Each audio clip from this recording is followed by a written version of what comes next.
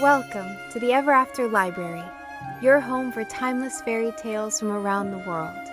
Let the story begin. Today's story is called East of the Sun and West of the Moon. Once upon a time, there was a poor husbandman who had many children and little to give them in the way of either food or clothing. They were all pretty, but the prettiest of all was the youngest daughter, who was so beautiful that there were no bounds to her beauty.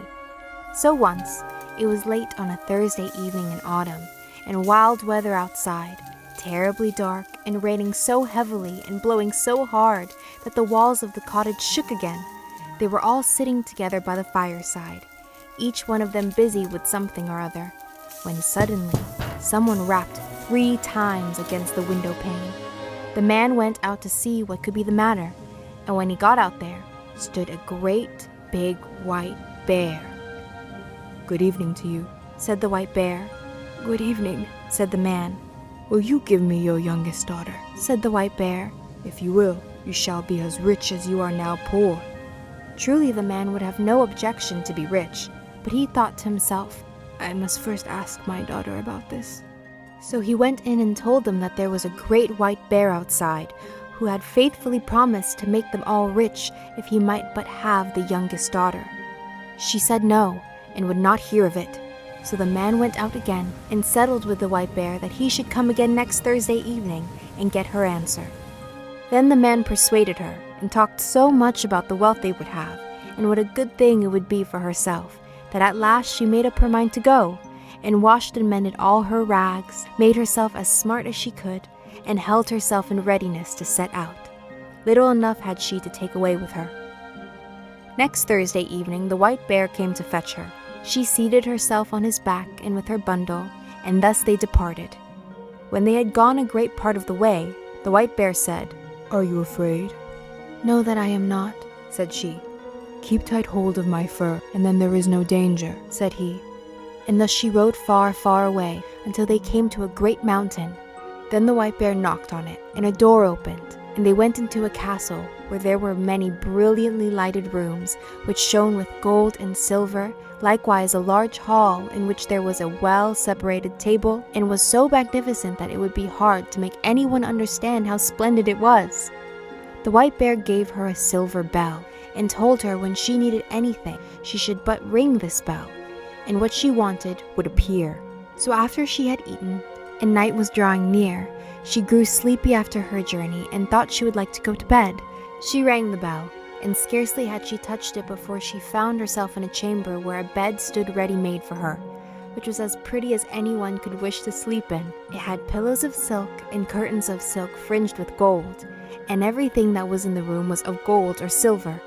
But when she had laid down and put out the light, a man came and laid down next to her, and behold, it was the white bear, who cast off the form of a beast during the night. She never saw him, however, for he always came after she had put out her light, and went away before daylight appeared. So all went well and happily for a time, but then she began to be very sad and sorrowful, for all day long she had to go about alone, and she did so wish to go home to her father and mother and brothers and sisters. Then the white bear asked what it was that she wanted, and she told him that it was so dull there in the mountain, and that she had to go about all alone, and that in her parents' house at home there were all her brothers and sisters, and it was because she could not go to them that she was so sorrowful. "There might be a cure for that," said the white bear. "If you would but promise me never to talk with your mother alone, but only when the others are there too, for she will take hold of your hand," he said, "and will want to lead you into a room to talk with you alone, but you must no means do, or you will bring great misery on us both." So one Sunday the white bear came and said they could now set out to see her father and mother, and they journeyed thither, she sitting on his back, and they went on a long, long way, and it took a long, long time. But at last they came to a large white farmhouse, and her brothers and sisters were running about outside, playing, and it was so pretty that it was a pleasure to look at it. "Your parents dwell here now," said the white bear. "but do not forget what I said to you, or you will do much harm both to yourself and me." "No, indeed," said she, "I shall not forget." And as soon as she was at home, the white bear turned round and went back again. There were such rejoicings when she came in to her parents that it seemed as if they would never come to an end. Everyone thought that he could never be sufficiently grateful for all she had done for them all. Now they had everything they wanted, and everything was as good as it could be. They all asked her how she was getting on where she was. All was well with her too, she said, and she had everything that she could want. What other answers she gave I cannot say, but I'm pretty sure they did not learn much from her. But in the afternoon, after they dined at midday, all happened just as the white bear had said.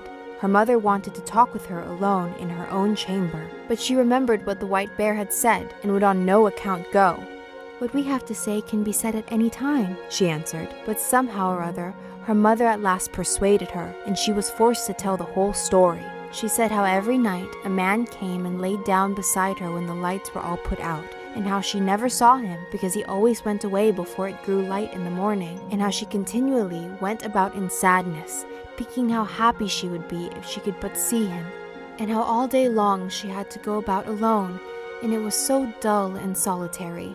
"Oh," cried the mother in horror, "you are very likely sleeping with a troll, but I will teach you a way to see him. You shall have a bit of one of my candles, which you can take with you, hidden in your breast. Look at him when he is asleep, but take care to not let any tallow drop upon him."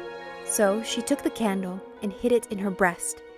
And when evening drew near, the white bear came to fetch her away. When they had gone some distance on their way, the white bear asked her if everything had not happened just as he had foretold, and she could not but own that it had. "Then, if you have done what your mother wished," said he, "you have brought great misery on both of us." "No," said she, "I have not done anything at all." So when she had reached home and had gone to bed, it was just the same as it had been before. And a man came and lay down beside her, and late at night, when she could hear that he was sleeping, she got up and kindled a light, lit her candle, let her light shine on him, and saw him. And he was the handsomest prince that eyes had ever beheld, and she loved him so much that it seemed to her that she must die if she did not kiss him that very moment. So she did kiss him. And while she was doing it, she let 3 drops of hot tallow fall upon his shirt, and he awoke. "What have you done now?" said he. "You have brought misery on both of us. If you had held out for the space of 1 year, I should have been free. I have a stepmother who has bewitched me, so I am a white bear by day and a man by night. But now all is at an end between you and me. I must leave you and go to her. She lives in a castle which lies east of the sun and west of the moon, and there too is a princess with a nose which is 3 ells long, and she is now the one who I must marry." She wept and lamented, but all in vain, for go he must. Then she asked him if she could go with him, but no, that could not be. "Can you tell me the way then, and I will seek you, that I may surely be allowed to do?" "Yes, you may do that," said he, "but there is no way thither. It lies east of the sun and west of the moon, and never would you find your way there."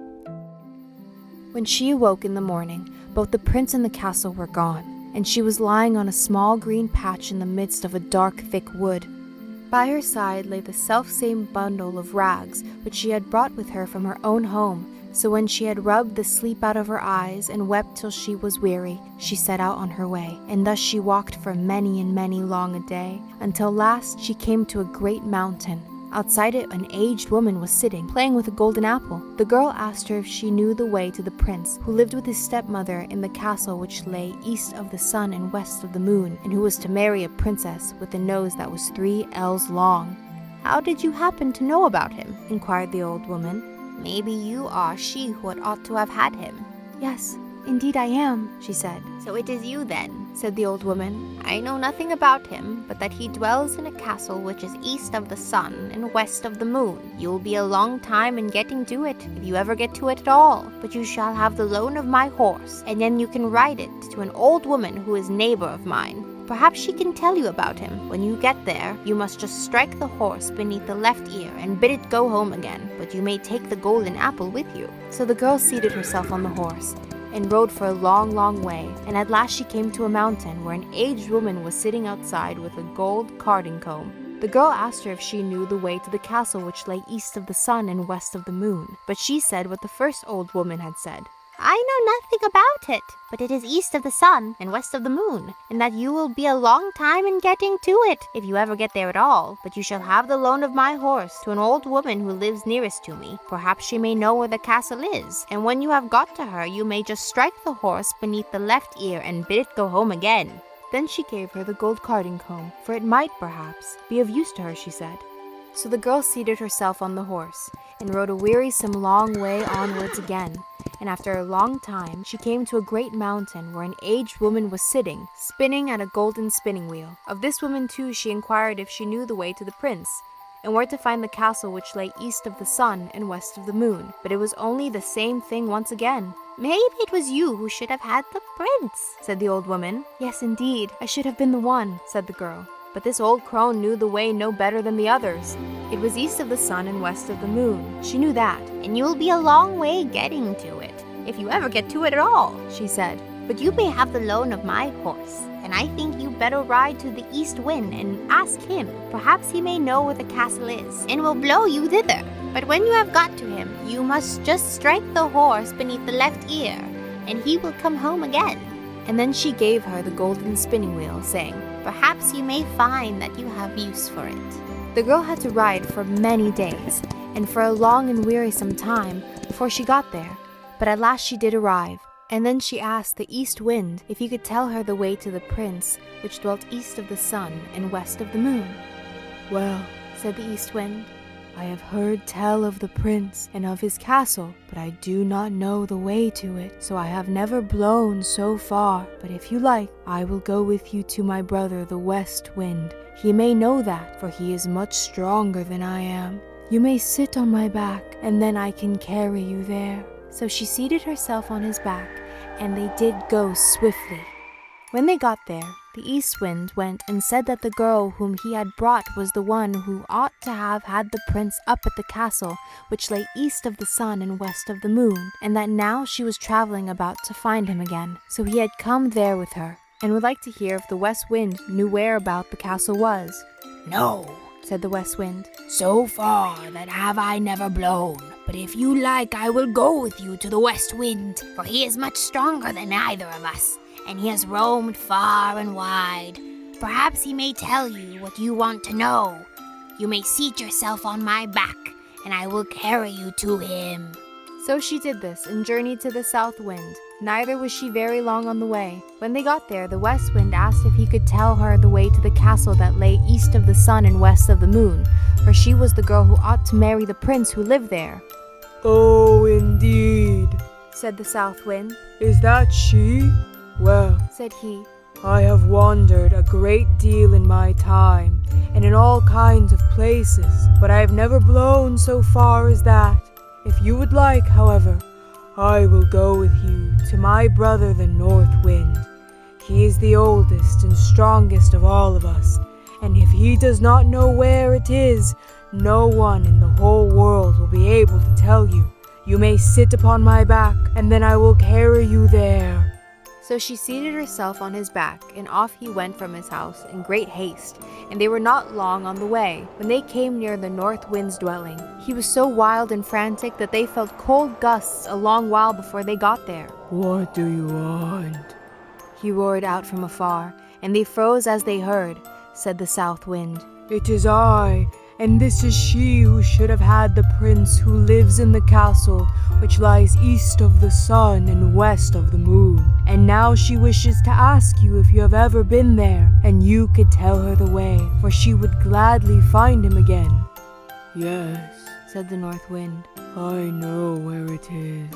I once blew an aspen leaf there, but I was so tired that for many days afterward I was not able to blow at all. However, if you are really anxious to go there, and are not afraid to go with me, I will take you on my back, and try if I can blow you there."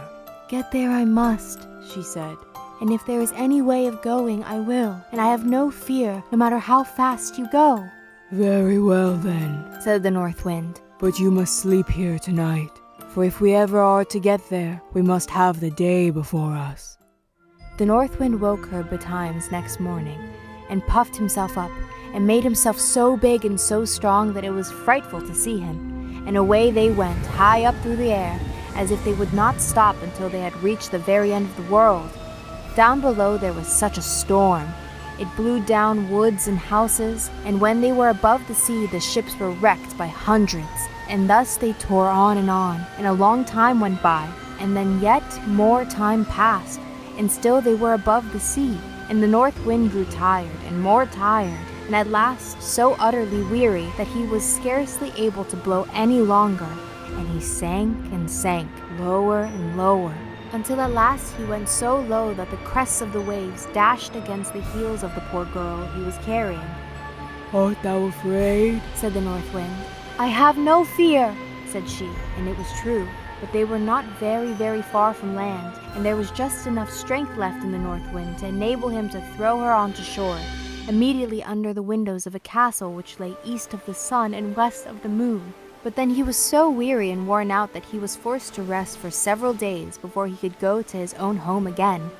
Next morning she sat down beneath the walls of the castle to play with the golden apple, and the first person she saw was the maiden with the long nose, who was to have the prince. How much do you want for the gold apple of yours, girl? She said, opening the window. It can't be bought for either gold or money, answered the girl. If it cannot be bought either for gold or money, what will buy it? You may say what you please, said the princess. Well, if I may go to the prince who is here and be with him tonight, you shall have it, said the girl who had come with the north wind. You may do that, said the princess, for she had made up her mind what she would do. So the princess got the golden apple. When the girl went up to the prince's apartment that night, he was asleep, for the princess had so contrived it. The poor girl called to him and shook him, and between whiles she wept, but she could not wake him. In the morning, as soon as day dawned, in came the princess with the long nose, and drove her out again.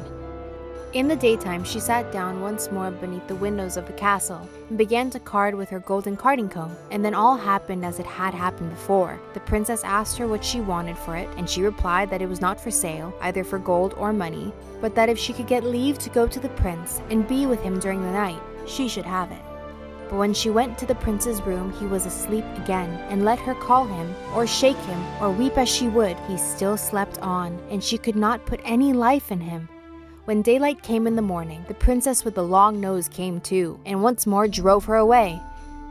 When day had quite come, the girl seated herself under the castle windows to spin with her golden spinning wheel, and the princess with the long nose wanted to have that also.